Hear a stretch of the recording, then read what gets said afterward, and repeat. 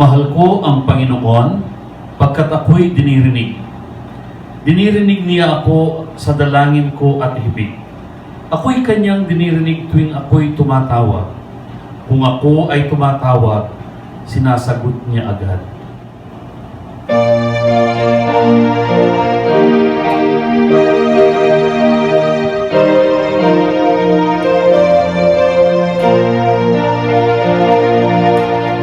Manalig ka rin pangako ng Kristo, kapurya na idalik alanangga. Gloria kikatasan niyang igaleku, manalig ka rin pangako na.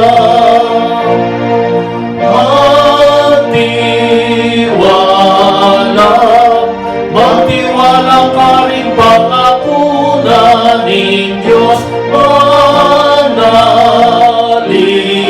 yan.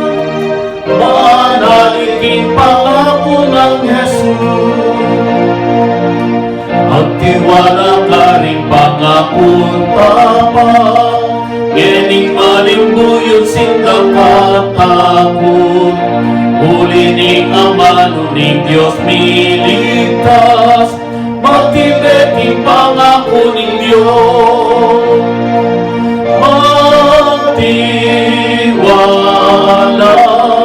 Magtiwala ka rin pangako na ng Diyos, manalig ka.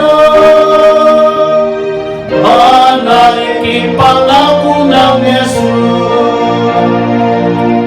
Manalig ka rin pangakong mamampang, kindang ka lang pa maglinis ni daya. Manalig ka kang Kristo katimawan, kikyang pangako magtiwala.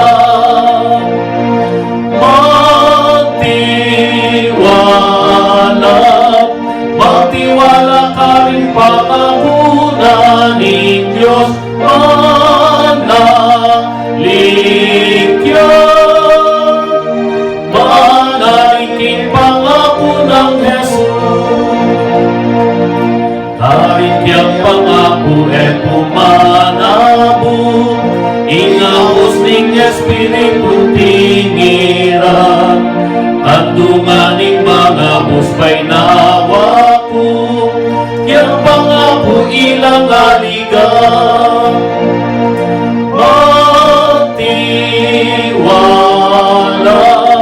Magtiwala ka rin pangako na ng Diyos, manalig yan. Manaligin pangako ng Jesus.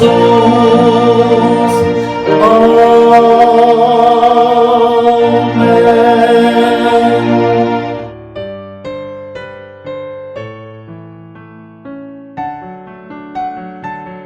Sama-sama po kaming dumudulog sa iyo, Panginoon, sa umagang ito upang sambahin ka sa Espiritu at katotohanan. At ang aming samo, Panginoon, samahan mo nga po kami upang ang bawat bahagi ng pagsambahay na ito ay magdulot sa iyo ng kalwalhatian, ng pagpapala at ng karangalan. At ang bawat nakikisa ay maranasan ang iyong presensya at kapangyarihan na patuloy na kumikilos sa aming mga buhay. Sa pangalan ng aming Panginoong Yesus. Amen.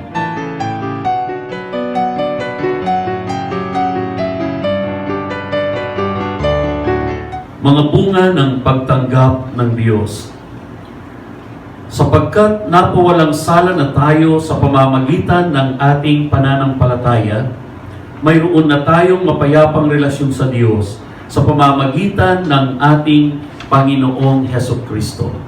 Sa pamamagitan ng pagsampalataya kay Hesukristo, pinamasa natin ang kagandahang loob ng Diyos at tayo'y nagagalak dahil sa pag-asang tayo'y makakabahagi sa Kanyang kalwalhatian.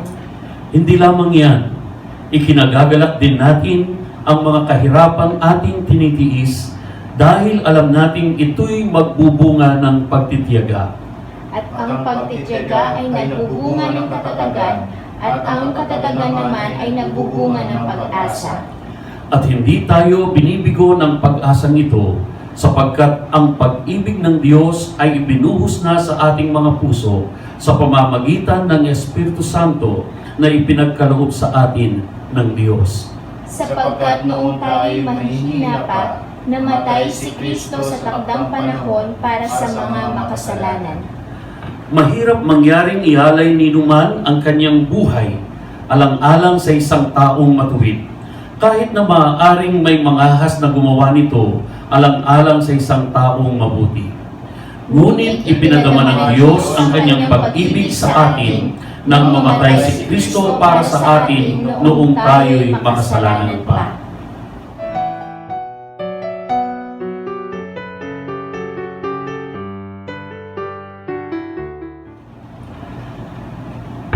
Buksan po ninyo ang inyong mga Biblia sa Mateo, Kabanatang 9, simulang talatang 35 hanggang 38, pagkatapos Kabanatang 10, simulang talatang 1 hanggang 8. Ganito po ang ating matutunghayan.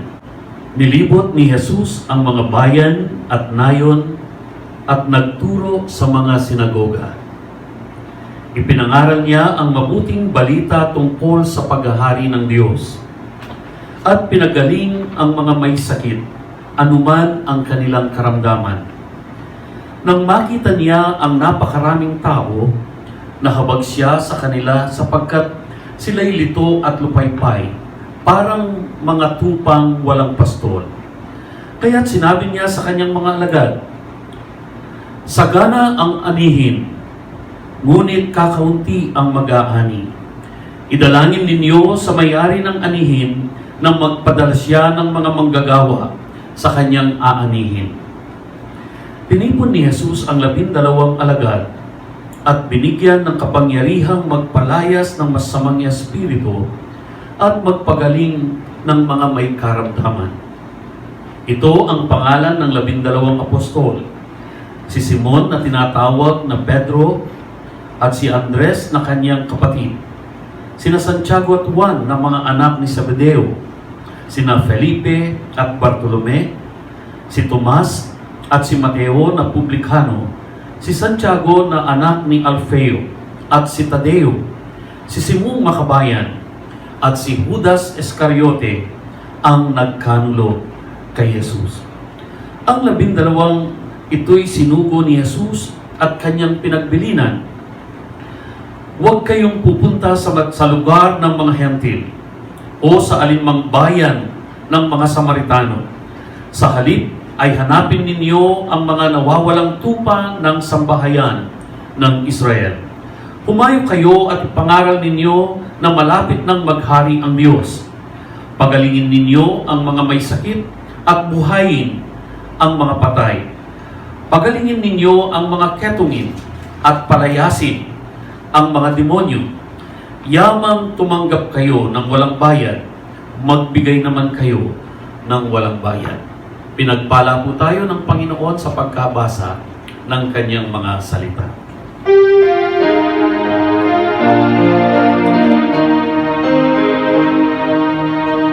Thy word is a lamp unto my feet and a light unto my path.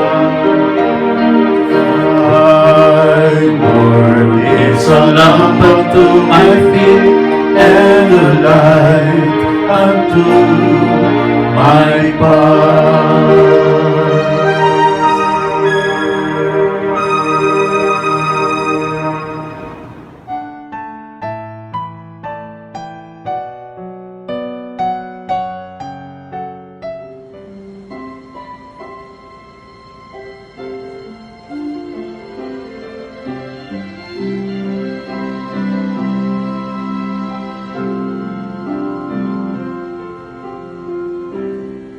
Every day they pass me by. I can see it in their eyes. Empty people filled with cane, headed who knows where.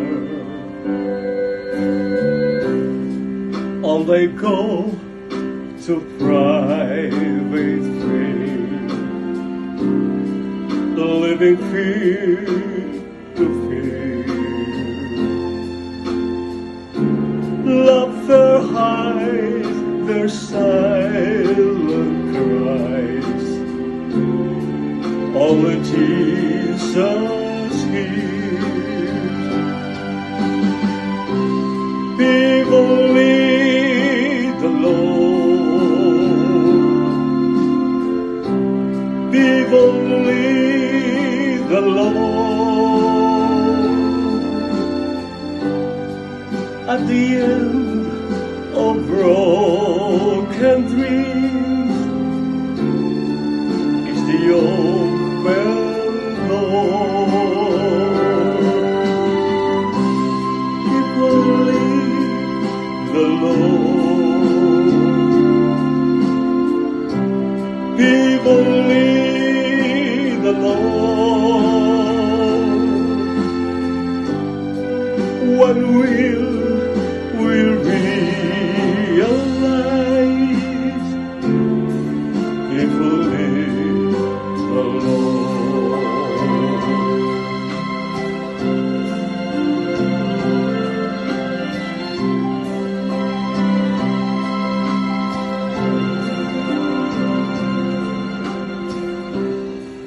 We are called to take His light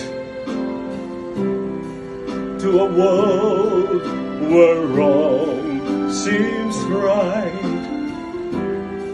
What could be too great a cause for sharing life with one who's lost? Through His love, our hearts can feel all the grief they bear. They must hear the word of life.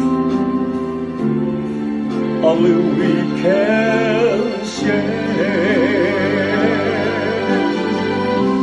People need the Lord.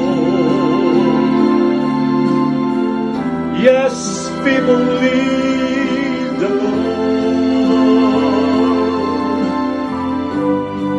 At the end of broken dreams is the open door. People need the Lord. Yes, people need the Lord. That we must give our lives for people who need the Lord.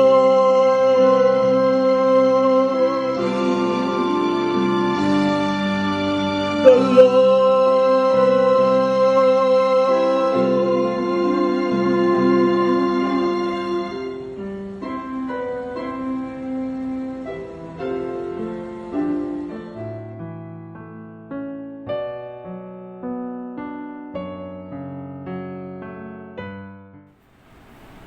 Isang mapagpalang umaga po sa ating lahat.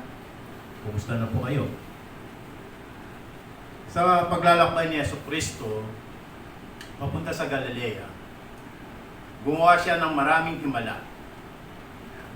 Tumawag din siya ng 12 halagad ng kanyang pinagkalooban ng kapangyarihan at pinagbilinan at pinaglingkod sa mga tao.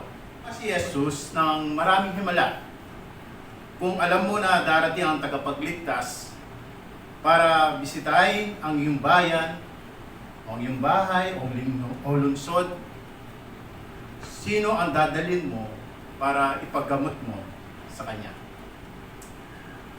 Kung babasahin natin mula sa chapter 8 ng Mateo hanggang sa chapter 9, ay marami tayong makikita kung gaano karami ang ginawa ng himala ng ating Panginoon Jesucristo.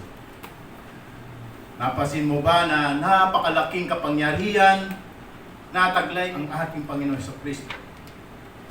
May kapangyarihan siya sa mga elemento ng mundo na pagalingin ang may sakit at magpaalis ng mga demonyo. Ang ibig sabihin ng mga sakit ay karamdaman o kahinaan. Isipin kung paano tayo mapapagaling o mapapalakas ng ating tagapagligtas kahit hindi natin siya kasama nabubuhay ngayon sa mundo. Ngayon, sa karamihan sa mga tao sumasalubong kay Jesus ay hindi tunay na tagasunod ni Kristo. Mga naghihintay ng mga himalang gagawin ng ating Panginoon Jesus, ngunit hindi interesadong sumunod sa Kanya bilang Panginoon. Ganyan din ang marami sa mga kamag-anak, kaibigan, tila mga reliyoso, ngunit hindi naman tunay na kanilang pananampalataya. Sinasabi ng Kristiyano sila, ngunit hindi alam kung ano talaga ang ibig sabihin ng pagiging isang tagasunod ni Kristo. Maaaring maawit ng papuri sa Diyos, nakikinig na salita ng Diyos, at gumagawa na mabuti sa kanyang kapwa, ngunit walang tunay na kaligtasan. Parehas na mapapahamak ang naghihintay sa kanila katulad ng mga taong walang kinikilala ang Diyos. Bilang tugon sa ganitong kalagayan ng maraming tao sa paligid natin, pakinggan natin ang sinasabi ng Panginoon Jesucristo na sa kanyang mga disipulo matapos siyang magpagaling at mangharal sa marami. Ganito po ang ating teksto sa Matthew chapter 9, verse 37 to 38. Nilipot ni Jesus ang mga bayan at nayon at nagturo sa mga sinagoga. Ipinangaral niya ang mabuting balita tungkol sa paghahari ng Diyos at pinagaling ang mga may sakit. Ano man ang kanilang karamdaman, na makita niya ang napakaraming tao, nahabag siya sa kanila sapagkat sila'y dito at tulupaypay parang mga tupang walang pastol. Kaya't sinasabi niya sa kanyang mga alagad, sagana ang aanihin, ngunit kakaunti ang mag-aani. Dalayin ninyo sa may-ari ng anihin na magpadala siya ng mga manggagawa sa kanyang aanihin. Sa ating pag-aaral sa talatang ito, titignan natin ang una kung ano ang tinutukoy ni Jesus na harvest field at ano ang kalagayan nito. Kung sino-sino ang mga tinutukoy niyang laborers at ano ang ginagawa ng mga ito sa anihan. Kung sino ang Lord of the Harvest at anong ginagawa niya. At kung ano ang nais ng Diyos para sa ating iglesia upang tayo maging kabahagi sa kanyang malaking plano at itong ang the harvest na magiging strategy natin sa para sa masamang pag-abot sa mga hindi pa Kristiyano. Sa pangulit, kung paano ang bawat isa sa atin ay magiging bahagi nito. Una, the harvest field. Jesus said, the harvest is plentiful. Sa verse 37. Ano ang tinutukoy niya dito aanihin? Kabilang sa kanila ang napakaraming tao na nakita ni Jesus sa kanyang kinahabagan, sila mga taong nakatira sa mga nayon at ang mga bayang nilipot ni Jesus. Sila mga taong pumunta sa mga sinagoga, ng lugar na pinagtitipunan ng mga Hudyo at ang mga hentil ang gustong yumakap sa Judaismo. Sila mga tinuturuan ni Jesus tungkol sa magandang balita ng kakariyan ng Diyos. Sila ang mga taong mangmang na kinakailangan malaman ang katotohanan na salita ng Diyos, sila ang mga taong dumaranas ng iba't ibang sakit na pinapagaling ni Jesus. Sila ang mga taong dumaranas ng kahirapan dahil sa kasalanan ng tao. Sila ang mga makasalanan na nangangailangan ng kaligtasan. They are the harvest field. Paano sinarawan ni Jesus ang mga taong ito? They were harassed and helpless. Kita natin sa verse 36, nangangamba at nalulupaypay. Ang salitang haras ay galing sa salitang ginagamit upang tumukoy sa binalatan na talaga namang napakasakit na karanasan.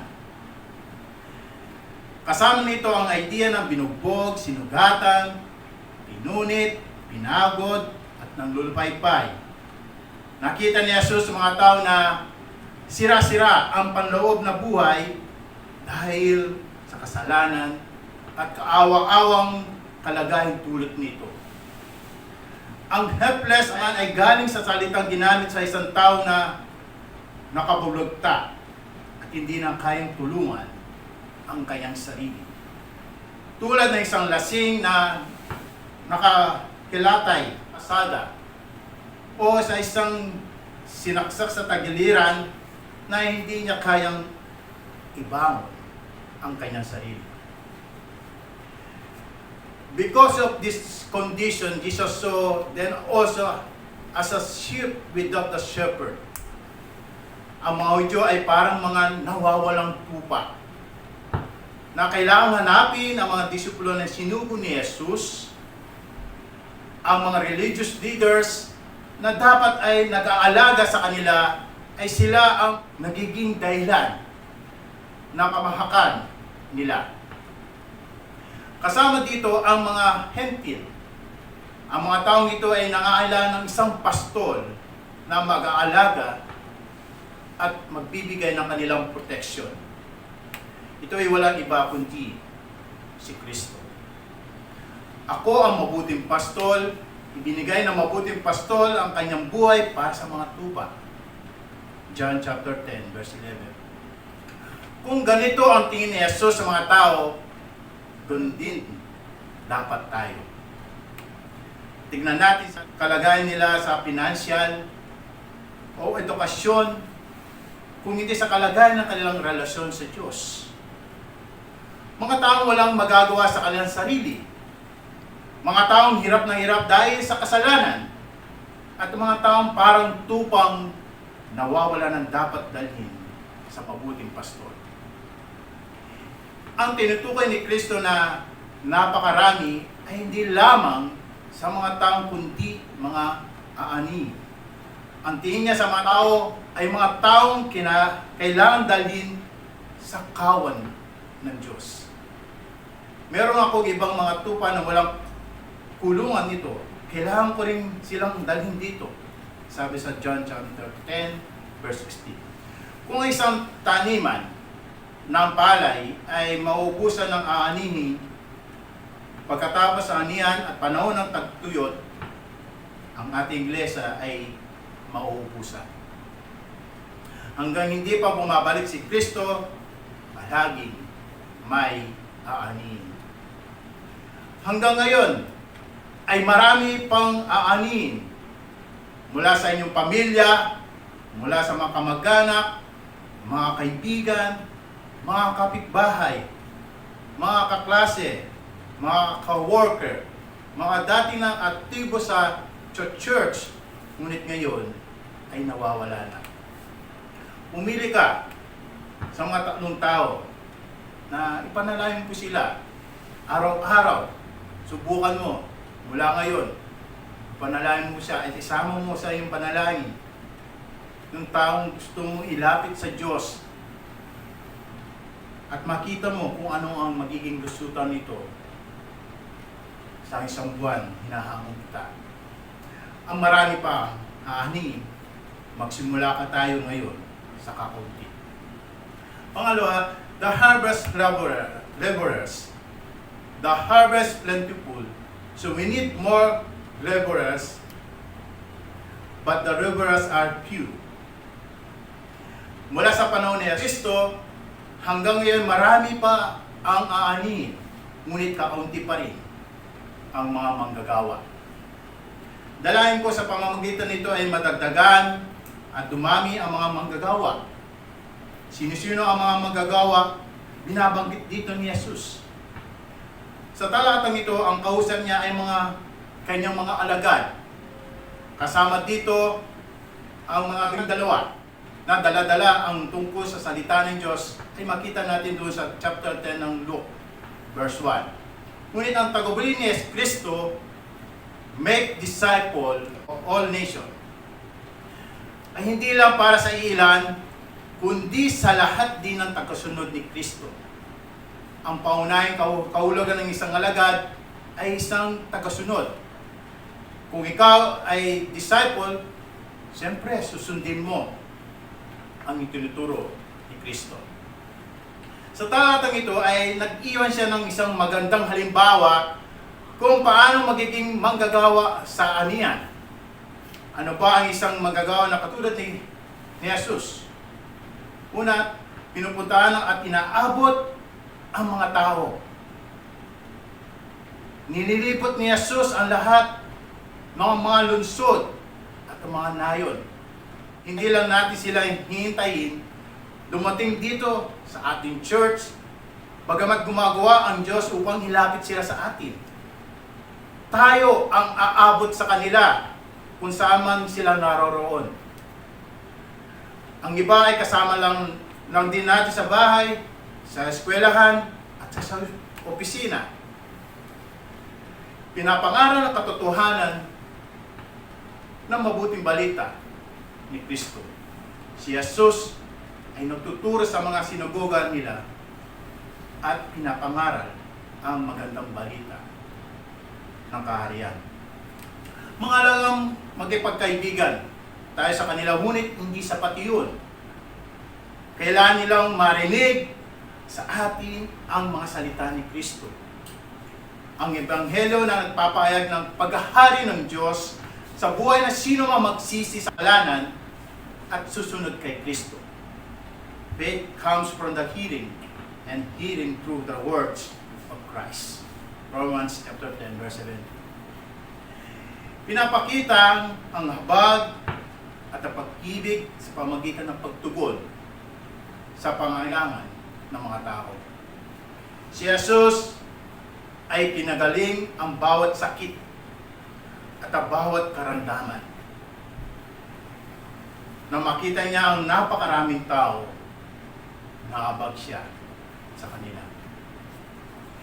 Nakikita ang paghahari ng Diyos hindi lamang sa pangaral ng Ebanghelyo, kundi sa pamagitan ng mga Kristiyanong ipinapamumuhay ang pag-ibig na tanggap nila mula sa Diyos.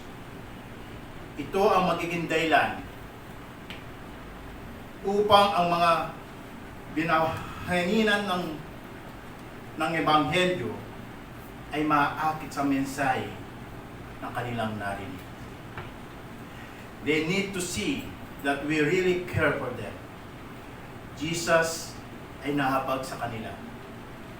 Ang salitang ginamit dito ay nagpapahayag ng isang malalim ng pagkakahabag. Titignan natin anong talaga ang kailangan nila.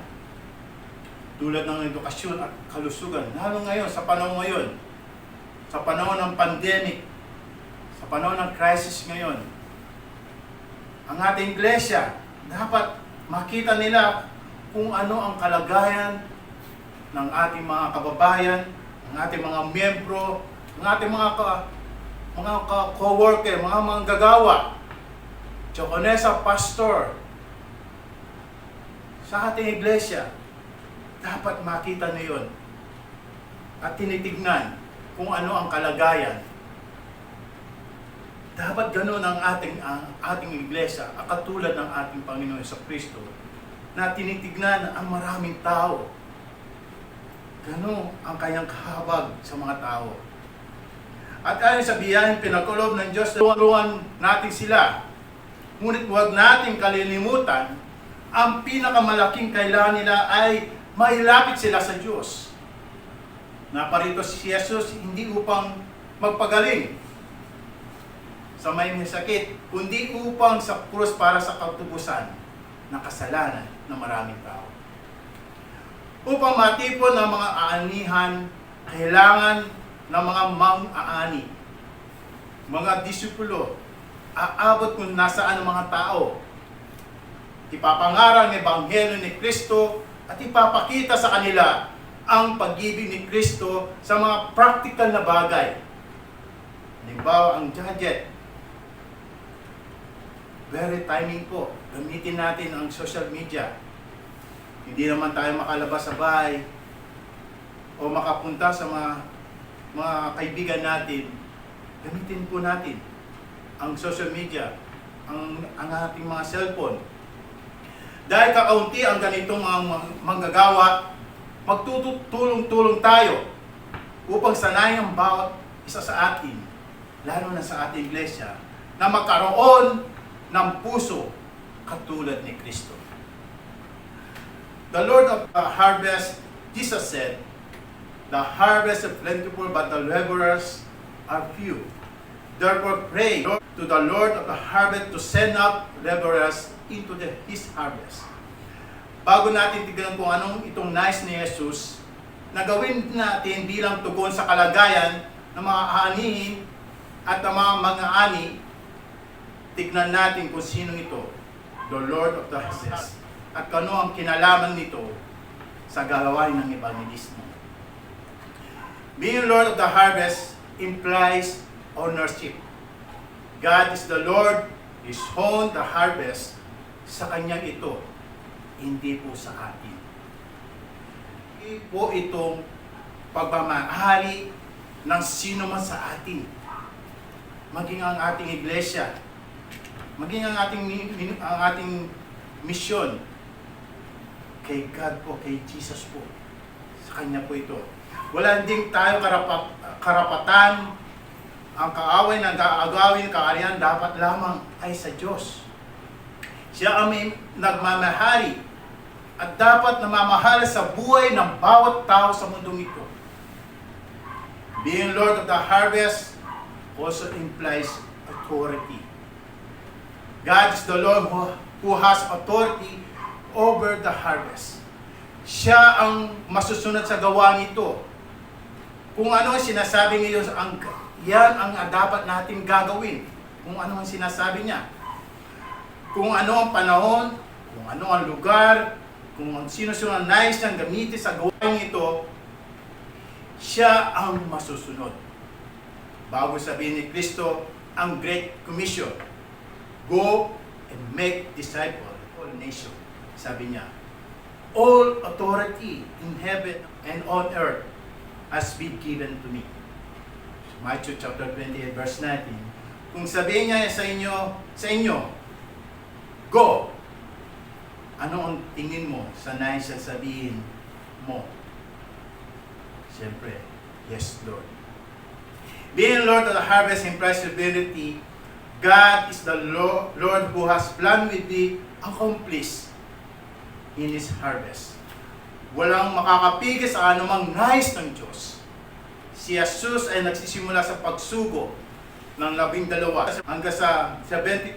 Hanggang sa 400 na sinabihin niya, you shall be witnesses in Jerusalem, in Judea, in Samaria, and to the ends of the earth. Hanggang ngayon, bilyon-bilyon tao na nakikinig, nakakarinig ng mabuting balita ni Kristo, iba't ibang sulok ng mundo. Dahil tapat siya sa kanyang pangako.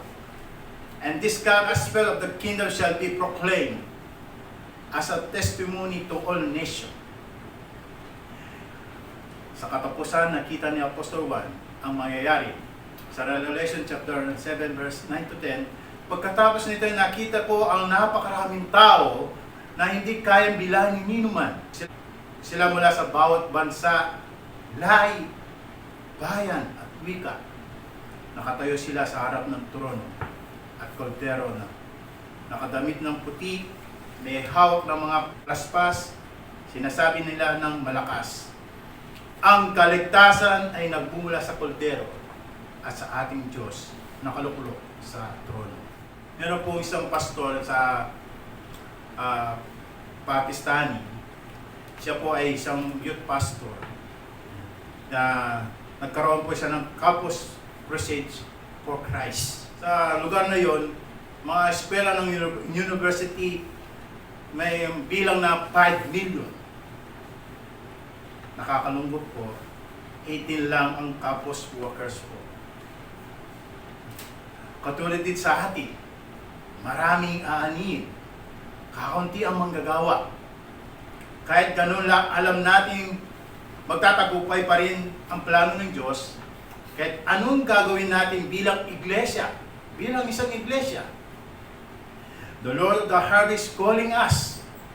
Tinatawag ka, the whole church, to be part of the greatest harvest as we see the close of the world history as we await the coming of our Lord Jesus Christ. Upang tumagon sa pagtawag ng Diyos sa atin, sama-sama tayo naggagawa para sa the harvest. Ano ang the harvest? Ito ay strategy na gagawin natin upang ang mga taong ipagkatiwala sa atin ng Diyos, abot natin at mapadala natin sa paanan ng Panginoon Jesus upang sumamba sa Kanya. Gagawin ito ng sama-sama. Kaya ang harvest ay siguradong ito dapat nating gawin. Ipamalita tungkol kay Jesus. Isagawa natin kung anong pinag-utos ng ating Panginoon. Gawin natin po. Isagawa natin sa lahat ng paraan tayo magkaroon ng bahagi sa pagtuturo, sa pagsasanay upang magturo, sa pag-agay sa mga bata, at sa pananalangin, sa pagbibigay, sa pag-organize, sa pagbasita, sa pagpagamit ng mga bahay, sa pag-aaral, at sa maraming pang paraan. Sama-sama tayo mag-aral tungkol sa salita. We need to start to pray. Saan tayo magsisimula? Sundin mo sinabi ng Panginoon Jesus. Pray earnestly to the Lord of the harvest to send out laborers to his harvest. Masiging panalangin ang nais niya. Ipanalangin hindi lamang humingi, kundi tumigil sa paghingi hanggang hindi na kukuha ang hinihingi. Tulad ng isang batang nalinimos na hindi tumitigil hanggat wala kang baryang may bibigay. Hindi tayo titigil hanggang marami pang aanihin at kakaunti pa rin ang mga gagawa. Ano ang kahilingan natin? Na magpadala ang Diyos ng maraming manggagawa. Gawain ito ng Diyos. Hindi niya ito pababayaan. Sino ba may-ari ng sakaan kapag nakikita ng maraming aanihin at malapit na ang pagtuyot ay hindi magpapadala ng maraming manggagawa? Ang send-up ay galing sa salitang ginagamit din sa pagpapalayas ng demonyo.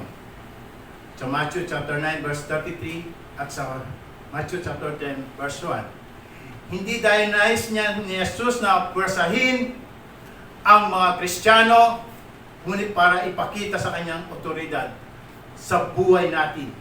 Na marami sa atin ay komportable, kailangan tayong matinag upang ipadala sa gawain ng Diyos. Hindi lang sinabi dito ni Jesus na tayo manalangin para sa kaligtasan ng mahal natin sa buhay. Karaniwang ganun lang ginagawa natin. Nais ay ipanalangin natin magpadala siya ng taong aabot sa kanila at magtuturo ng mabuting balita. At kapag ginawa natin ngayon, nagiging bukas tayo na tayo rin ang magiging sagot sa Diyos na dalangin natin. Panalangin natin, Lord, ipadala mo ninyo ang inyong mga manggagawa upang ipakilala sa kanila ang ating Panginoon sa ating mga kaibigan, sa ating mga kapitbahay, sa mga lalayong lugar. Huwag tayong magulat kung maging sagot ng Diyos ay oo. Nice na ikaw. Dapat maging heart like Christ. Dalahin ko na ang bawat isa sa atin ay maging katulad ni Jesucristo sa pagsunod ng kalooban ng Diyos at sa pagsasagawa ng kanyang layunin sa mundong ito patungo sa kapamakan o sa buhay ng walang hanggan. Ang pagkain ko ay gawin ng kalooban ng nagsugo sa akin at tapusin ang kanyang gawain. Hindi ba sinabi niyon? Nakaraan ng 4 na buwan na dinaranas natin sa Christ nito. Ngayon, kailangan ka, kapatid. Ngunit sinabi ng ating Panginoon, ngunit sinasabi ko sa inyo, masdan ninyo ang inyong paligid at yung tignan ng mga bukid na mapuputi upang aanihin. John chapter 4, 34-35. Marami sa atin nalulungkot dahil sa sinapit, lalo po sa ating mga kababayan na dumaan sa pandemic COVID-19. Lalo po yung mga magsasaka natin po. Napanood ko po yung sa Baguio po. Marami pong nasayang mga gulay. Sobra-sobra po ang kanilang inani. Pero nasayang po. Nalugi po sila. Mga paningin na handa na sanang ani, ngunit inabutan ng COVID-19 at nasira. Nanalayan tayo magpadala ng Diyos. Sumagot ang Diyos. Ngunit ano ang nararamdaman natin kapag ngayon ang kakilala natin na handa ng anihin ay abutan ng tagtuyot sa kanyang kamatayan o sa muling pagbabalik ni Jesus? Handa ka na ba manalangin ngayon at ipanalangin magpadala ang Diyos, hindi lamang ulan, kundi ng mga mangaan katulad mo? Sa pangalan ng Ama, ng Anak at ng Espiritu Santo. Amen.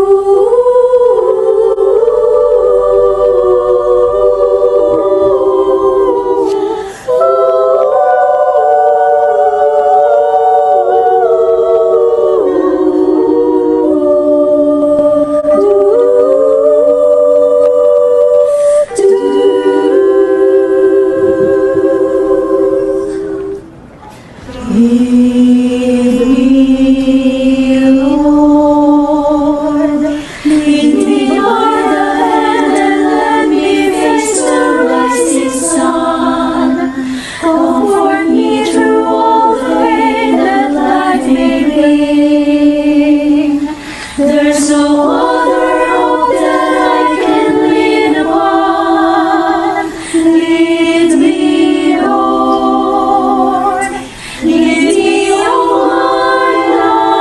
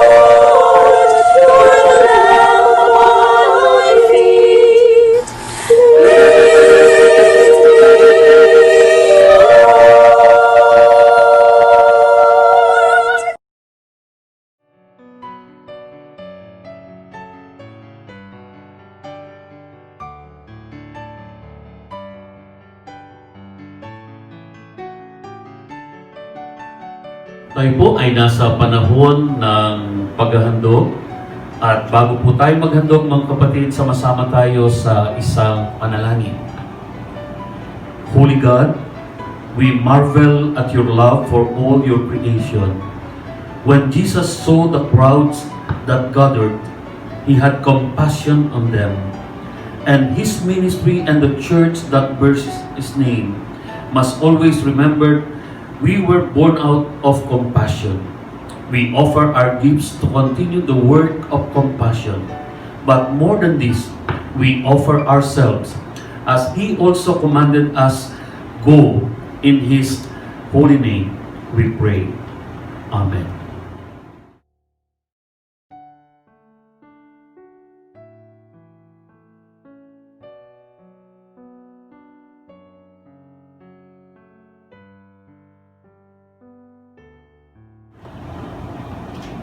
Mga kapatid, katulad po ng ating nakasanayan, isa po sa miyembro ng pamilya ang hahawak at pagkatapos itaas ang ating mga offering sa tapat ng altar ng pamilya at ito'y ating sama-samang itatalaga. Tayo po'y manalangin. Aming inihahandog ang mga kaloob na ito, Panginoon, upang papurihan ka at pasalamatan at bilang pagkilala na ang lahat ng nasa amin ay mula sa iyo, Panginoon. Pagpalain mo po ang mga handog na ito upang maging bahagi ng pagsulong, pagtatagumpay ng iyong misyon, ministeryo at buhay ng iyong iglesia sa mundo ito. At patuloy ko rin pong itinadalangin ang iyong mga anak naway patuloy nilang maranasan ang buhay na kasiyasiyang mula sa iyo. Amen.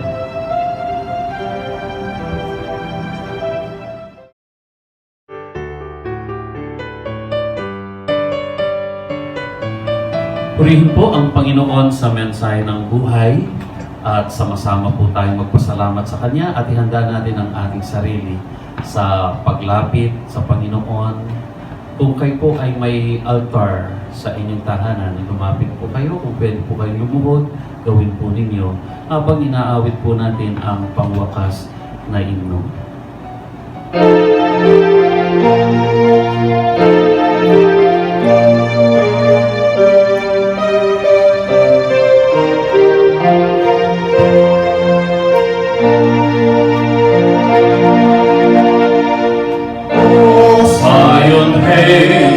Thy mission high fulfilling, to tell to all the world that God is light, that He who made all nations is not willing one soul should perish, lost in shades of night.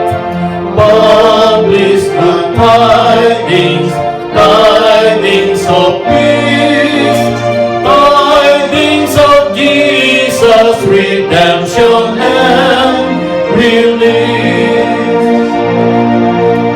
Behold how many thousands still are lying, bound in the dark, some prison house of sin, with none to tell them of the Savior's dying, or of the life He died for them to win. Publish glad tidings, tidings of peace, tidings of Jesus, redemption and release. Proclaim to every people, tongue and nation, that God in whom they live and move and thrive. Tell how He stood to save His lost creation, and died on earth that we might live above. Publish glad tidings, tidings of peace, tidings of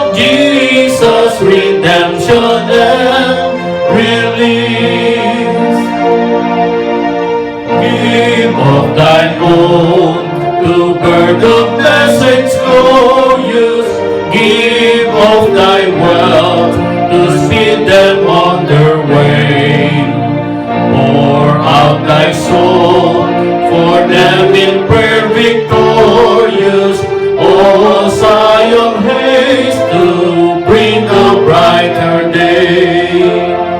Publish glad tidings, tidings of peace, tidings of Jesus, redemption and release.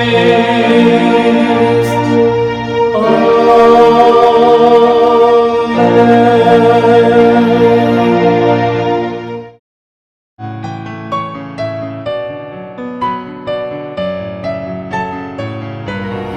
Tayo po'y manalangin. Maraming salamat po sa iyo, O aming Panginoon. Ang iyong kabutihan, ang iyong pag-iingat, at ang iyong biyaya ay patuloy po naming nararanasan sa aming mga buhay.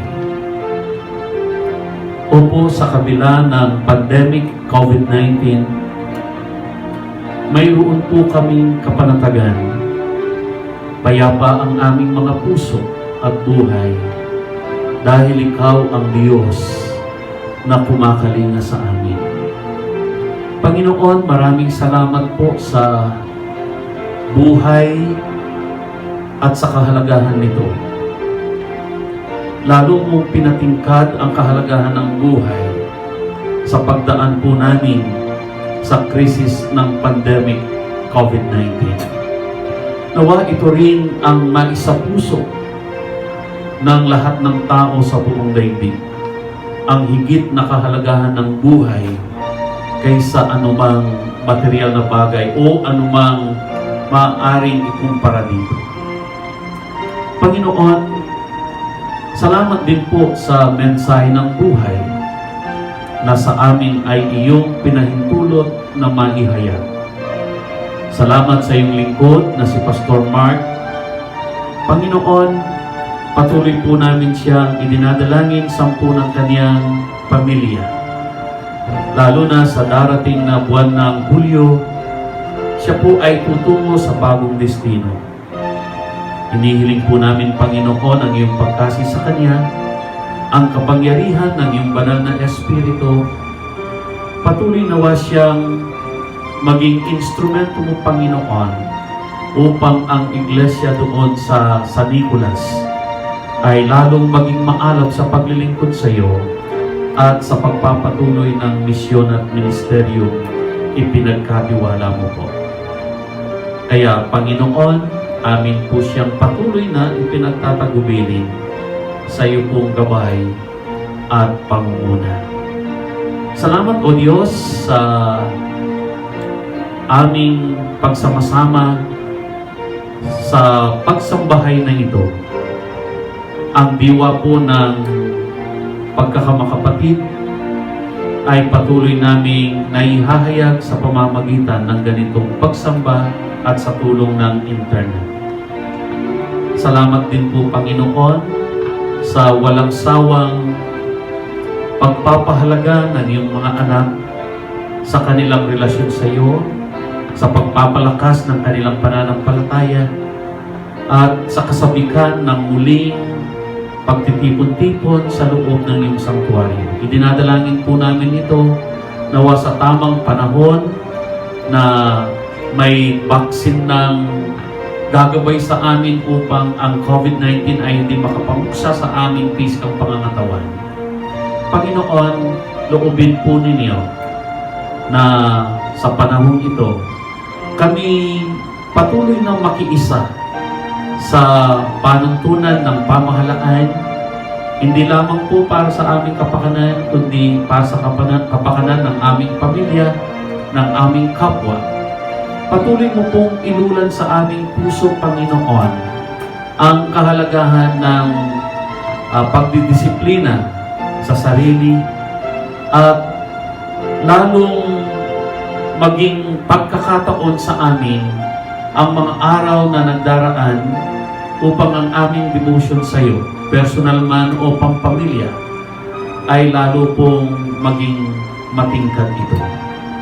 Salamat po sa lahat ng mga anak mong palagi ang nakasubaybay upang makiisa sa pagsamba.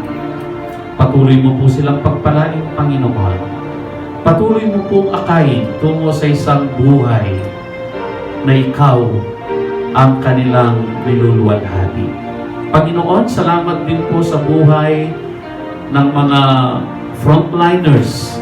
Kasama na ang iyong mga anak na doktor saan mang iglesia lokal, lalo na dito sa CNC. Amin po silang idinadalangin sa iyo, Panginoon. Hinihiling po namin ang iyong protection, ang iyong paggabay, ang kalakasan ng kanilang immune system upang ang kanilang marugdog na paglilingkod, Panginoon, ay maging kagalakan sa kanila habang ang panganib ng pandemic ay patuloy na lumalaganap po. Salamat sa kanilang pakikiisa. Salamat dahil sa kanila pong paglilingkod, maraming tao ang kanilang natutulungan. Pagpalain niyo po ang kanilang pamilya sa panahon na nakahiwalay sila, ramdam ang lungkot. Panginoon, kayo po ang umaliw at patuloy na ang iyong pag-ibig ang bumuklod sa kanila. Salamat din po, Panginoon, sa lahat ng kapulisan, kasundaluhan, ang pamunuan ng Pilipinas, ang Pangulo, ang kanyang gabinete, mga senators, congressmen and congresswomen, governors, mayors, at hanggang sa barangay level po ng panunungkulan. Sila pong lahat ay aming itinataas sa iyo, Panginoon, at hinihiling na patuloy na dumaloy sa kanilang puso ang karunungan nagmumula sa iyo. Ang paggalang at takot sa iyong pagka-Diyos upang mamuno po sila ng ayon sa iyong kalooban na ang kapakanan po ng sambayan ng Pilipino ang laging nasa isip, nasa puso ng bawat nanunungkulan. At ang bawat Pilipino, maging ang lahat ng tao sa buong mundo, ay patuloy na makiisa upang masugpo ang paglaganap po ng COVID-19. O Diyos, nagpapasalamat din po kami sa buhay ng iyong mga anak na nagdiwang ng kanilang kaarawan. Sa araw na ito ay may nagdiriwang at sa mga darating pang araw may magdiriwang. Salamat po sa iyong biyaya, sa iyong kalinga, pag-iingat, at dalangin namin na marami pang taon na punong-puno ng kalusugan ng pangangatawan at ng buhay spiritual at mahalagang buhay ang idagdag po ninyo sa bawat taong kanilang lalakaran. Amin po silang ipinagtatagubilin sa iyong pagkakandiling. Salamat din po sa mga kapatirang nagdiriwang ng kanilang wedding anniversary. Salamat sa bigkis ng pag-ibig na ibinuklod po ninyo sa kanila. Salamat sa tahanang naitatag at sa pagpapala mo upang ang pananampalataya, ang kanilang relasyon sa iyo ay lalo pang lumago at magpatutuo sa iyong kabutihan at patuloy na pagdaloy ng pagpapala sa buhay ng iyong mga anak. Amin pong idinadalangin maging ang mga kapatirang nasa ibang bansa. Panginoon, patuloy po ninyong ipadama at nawa madama nilang lagi na kailanman ay hindi kayo nagkukulang sa kanila at hindi kayo nagpapabaya sa kanilang buhay. At hinihiling po namin na patuloy po ninyong kasihan ang ganitong gawain, ang pagsambahay, upang hanggang sa panahon bago kami makapagtipon sa iyong sanktuaryo, ito'y maging instrumento po ninyo sa isang pagsambang buhay, sa isang pagsambang punong-puno ng kagalakan na walang ibang itinataas at itinatangi kundi kayo lamang, Panginoon.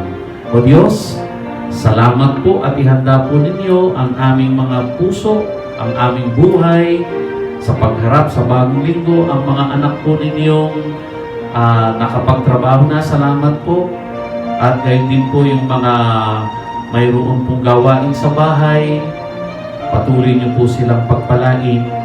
Ang mga doctors, ang mga miyembro ng inyong iglesia sa pangkalahatan, lalo na sa Pilipinas at dito sa Pampanga, maging sa Church of the New Covenant. Ang miyembro ng Church Council ay patuloy po namin idinadalangin nawa Panginoon, kayo ang patuloy na magpala sa kanila at kung papaano po nila kami tinatrato bilang mga manggagawa, nawa higit pa dito ang kanilang maranasan upang kailanman Panginoon ay hindi po sila panghinaan ng loob dahil ikaw ang Diyos na patuloy na nagpapala sa kanilang mga buhay. Maraming salamat po o Diyos, kayo ang malwalhati sa aming pagsamba. At ito ang aming panalangin at pasalamat sa tanging pangalan ng aming Panginoong Yesus. Amen. At ngayon, tanggapin natin ang masaganang pagpapala ng ating Panginoong Yesus na ating tagapagligtas, ang dakilang pag-ibig ng Diyos, ang pakikipisan ng banal na Espiritu, ang siya nawang manatili sa ating buhay at magpaalaala sa ating misyon, sa ating ministeryo, at sa pagpapatuloy ng buhay ng Iglesia, ngayon at magpakailanman. Amen at Amen.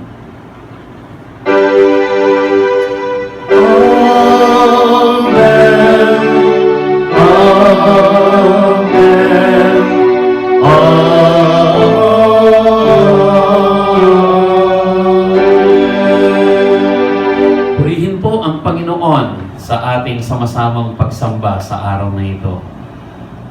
Mga kapatid, tayo po ay nasa panahon pa ng General Community Quarantine.